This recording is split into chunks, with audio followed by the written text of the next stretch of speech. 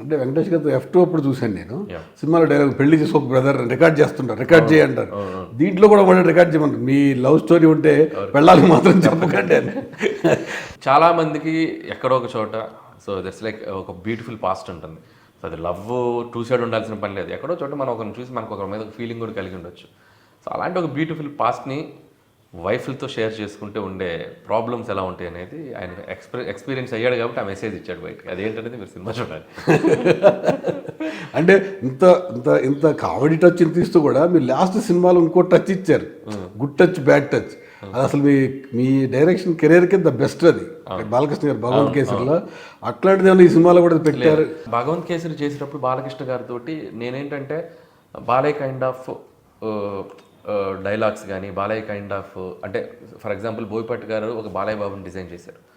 so at least మనం ఒక ప్రయత్నం వేరే బొమ్మ గీద్దాం బాలయ్య గారికి కుదిరితే అని చెప్పి నేను ట్రై చేసిన ఫిల్మ్ లక్కీ